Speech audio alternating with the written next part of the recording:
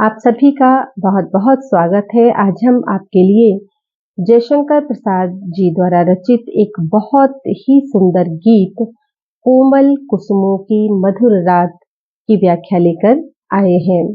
आइए कुछ उससे पहले जयशंकर प्रसाद जी के बारे में जाने। हिंदी साहित्य की अनेक विधाओं को अपनी अनूठी रचना शक्ति द्वारा अद्वितीय सौंदर्य, रहस्यपूर्ण अनुभूति और परमानंद से परिपूर्ण करने वाले युग सृष्टा कवि जयशंकर प्रसाद जी छायावाद के सर्व प्रमुख स्तंभ हैं। 1889 में काशी में जन्मे प्रसाद जी का साहित्य भारतीय संस्कृति तथा गौरवपूर्ण अतीत का यशगान है। आप प्रकृति के कुशल चितेरे हैं। आपने अपनी लेखनी रूपी तूलिका से प्रकृति के अनेक सुमधुर चित्र अंकित किए हैं। आपके प्रमुख काव्य संग्रह हैं प्रेम पथिक, कानन कुसुम, चित्राधार, झरना, आंसू, लहर तथा कामायनी है। आपकी कालजयी कृति कामायनी मानवता के विकास का आख्यान है। प्रस्तुत कविता आपके काव्य संग्रह लहर से ली गई है। ये कविता लखनऊ विश्वविद्यालय के बीए तृतीय सेमेस्टर हिंदी के पाठ्यक्रम में सम्मिलित है। तो इस गीत की व्याख्या देखने से पहले आइए हम गीत का वाचन करते हैं। इस प्रकार है गीत। कोमल कुसुमों की मधुर रात, शशि शतदल का ये सुख विकास, जिसमें निर्मल हो रहा हास, उसकी सांसों का मलय बात, कोमल कुसुमों की मधुर रात। वह लाज भरी कनिया अनंत, परिमल घूंघट ढक रहा दंत, कब कब चुप चुप कर रही बात, कोमल कुसुमों की मधुर रात। नक्षत्र कुमुद की अलस माल, वह शिथिल हंसी का सजल जाल, जिसमें खिल खुलते किरण पात, कोमल कुसुमों की मधुर रात। कितने लघु लघु कुर्मल अधीर, गिरते बन शिशिर सुगंध नीर, हो रहा विश्व सुख पुलक गात, कोमल कुसुमों की मधुर रात, कोमल कुसुमों की मधुर रात। इस गीत में प्रसाद जी ने, जो कि ये गीत लहर से लिया गया है, तो इसमें कवि प्रसाद जी ने कोमल कांत पदावली का प्रयोग करते हुए प्रकृति के सुकोमल एवं रम्य रूप का अत्यंत आकर्षक, मनोहारी और गरिमापूर्ण चित्रण किया है तथा प्रकृति का मानवीकरण किया है। तो आइए देखते हैं इस गीत की व्याख्या। कोमल कुसुमों की मधुर रात, शशि शतदल का ये सुख विकास। इस गीत में मानवीकरण है पूरे गीत में, और कवि प्रसाद जी सबसे पहले रात्रि का मानवीकरण करते हुए कहते हैं कि कोमल कुसुमों की मधुर रात, यानी तारों रूपी फूलों से सुसज्जित। तो कोमल कुसुम यानी रात्रि में तारे खिले हुए हैं, तारे निकले हुए हैं, इसलिए कवि कहते हैं कि तारों रूपी फूलों से सुसज्जित रात अत्यंत शोभा दे रही है। अर्थात तारे फूलों के समान आकाश में बिखरे हुए हैं और रात के सौंदर्य को बढ़ा रहे हैं। शशि शतदल का ये सुख विकास, आगे कहते हैं प्रसाद जी कि शशि शतदल, शशि अर्थात चंद्रमा और शतदल अर्थात कमल, तो शशि शतदल यानी चंद्रमा रूपी कमल।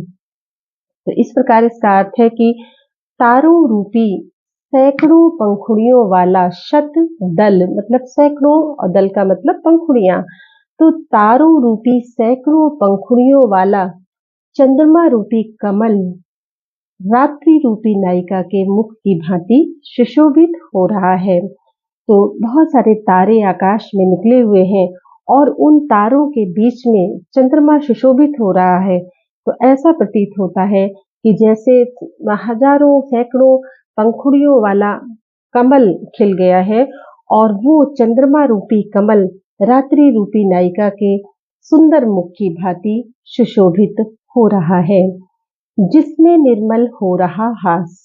और चंद्रमा निकला हुआ है तो उसकी चांदनी भी चारों ओर फैली हुई है। तो इस पर कवि की कल्पना है कि जिसमें निर्मल हो रहा हास, यानी रात्रि रूपी नायिका का निर्मल हास, हास अर्थात हंसी, तो रात्रि कालीन नायिका जो है उसका निर्मल हास, निर्मल हंसी उसकी चांदनी बनकर चारों तरफ फैल रही है। तो जो फैली हुई चांदनी है, जो बिखरी हुई चांदनी है, वो मानो उस रात्रि रूपी नायिका का निर्मल हास है या उसकी हंसी बिखर रही है। उसकी सांसों का मलय बात, अब कहते हैं आगे वो, और इसमें उन्होंने जिसमें निर्मल हो रहा हास, यानी निश्चल हंसी उज्जवल या धवल मानी जाती है, और इसीलिए कवि ने चांदनी को निर्मल हास कहा है। अगली पंक्ति है कि उसकी सांसों का मलय वात, यानी जो मलय वात है, मलय मतलब मलय पर्वत से आने वाली वात यानी वायु, मलय पर्वत से आने वाली वायु जो कि 3 गुणों से युक्त होती है। शीतल होती है, मंद धीमे धीमे प्रवाहित होती है और सुगंधित होती है, क्योंकि मलय पर्वत से आती है और मलय पर्वत चंदन के पेड़ वहां पर लगे हुए हैं, तो वहां से जो हवा आती है वो चंदन की खुशबू को अपने साथ में लेकर के आती है और इन 3 गुणों से युक्त होती है, शीतल, मंद और सुगंधित। तो मलय पर्वत से आने वाली शीतल, मंद और सुगंधित वायु ही उसकी सांसों के रूप में, उसकी सांसों का मलयबात, यानी उस रात्रि रूपी नायिका की सांसों के रूप में प्रवाहित हो रही है। जो रात में शीतल, मंद और सुगंधित वायु चल रही है, हवा प्रवाहित हो रही है, वो मानो उस रात्रि रूपी नायिका की सांसों का प्रवाह है, उसकी सांसों के रूप में प्रवाहित हो रही है। कोमल कुसुमों की मधुर रात, इस प्रकार तारों रूपी पुष्पों से सुसज्जित रात अत्यंत मधुर और सुंदर लग रही है। अगली पंक्तियां हैं कि वह लाज भरी कलियां अनंत, परिमल घूंघट ढक रहा दंत, कब कब चुप चुप कर रही बात।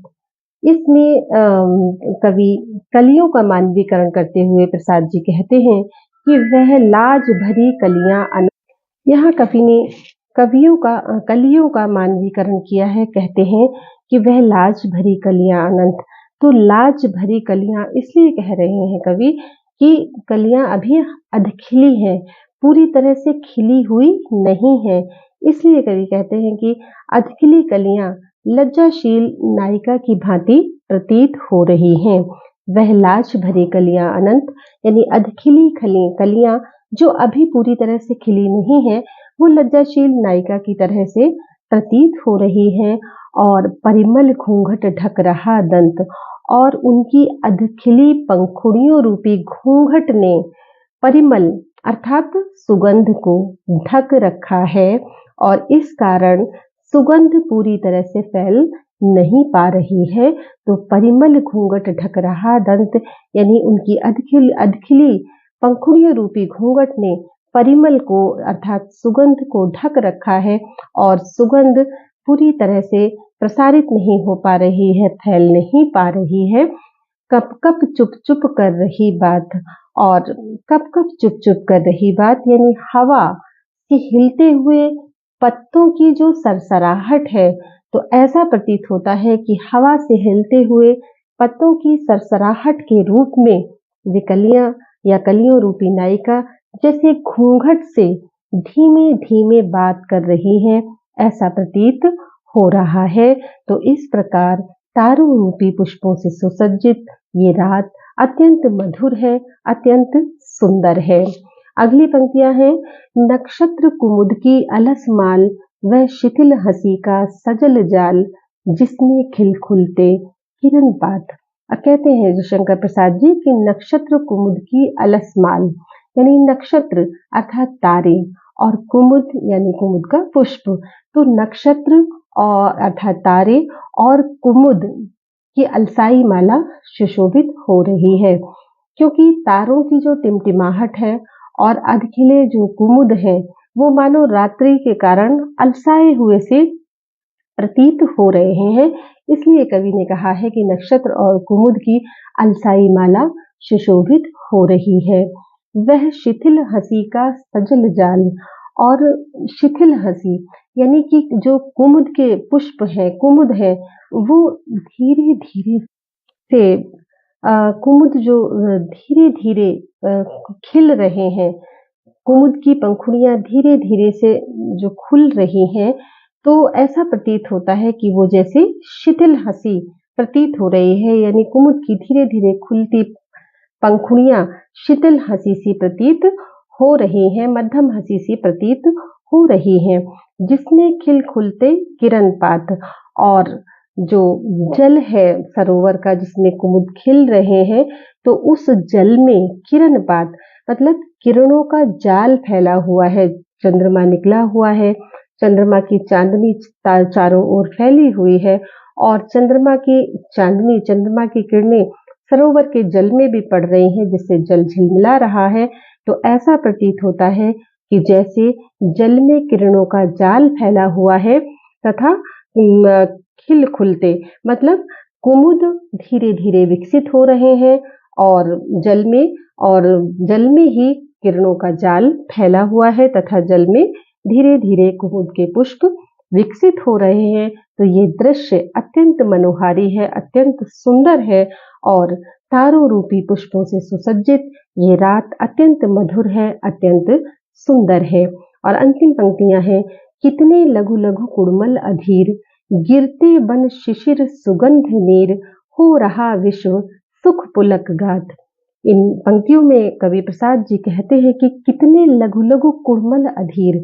कुड़मल मतलब पराग के कण, और कैसे है पराग के कण? लघु लघु, बहुत छोटे छोटे से।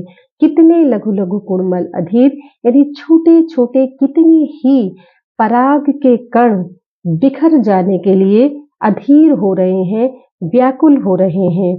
और गिरते बन शिशिर सुगंध नीर, और जब वो गिरते हैं, कहाँ गिरते हैं?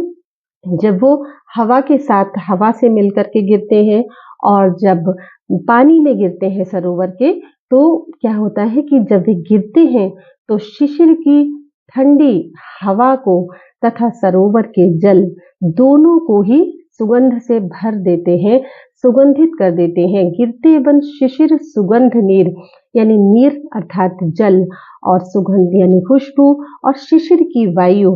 तो जब वो पराग के छोटे छोटे कण हवा के साथ में घुल मिल जाते हैं और जल में गिर जाते हैं, तो वो शिशिर की ठंडी हवा को भी सुगंधित कर देते हैं, और सरोवर के जल को भी सुगंधित कर देते हैं, अपनी सुगंधि से भर देते हैं।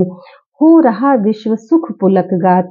और इस प्रकार रात्रि के सुरम्य वातावरण में विश्व सुख पुलक गात यानी पूरा विश्व, पूरा संसार सुख का अनुभव करते हुए पुलकित हो रहा है। पुलकित शरीर वाला, गात का मतलब होता है शरीर, तो पुलकित या रोमांचित हो रहा है, यानी इतना सुरम्य वातावरण है, और उस सुरम्य और सुखद वातावरण में पूरा संसार अत्यंत सुख का अनुभव करते हुए रोमांचित हो रहा है।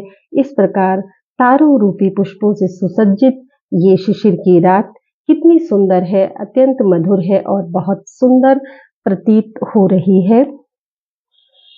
इसमें विशेष के रूप में हम लिख सकते हैं, कोमल कांत पदावली से युक्त भाषा का प्रयोग किया है जयशंकर प्रसाद जी ने।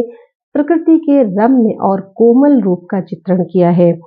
मानवीकरण है पूरे गीत में, और मानवीकरण छायावादी कविता की सर्वप्रमुख विशेषता है। सांग रूपक अलंकार भी इसमें प्रयोग किया गया है, और प्रसाद जी द्वारा रचित ये गीत अत्यंत मनोहर और सुंदर है। आशा है आपको इसकी व्याख्या समझ आएगी। बहुत बहुत धन्यवाद।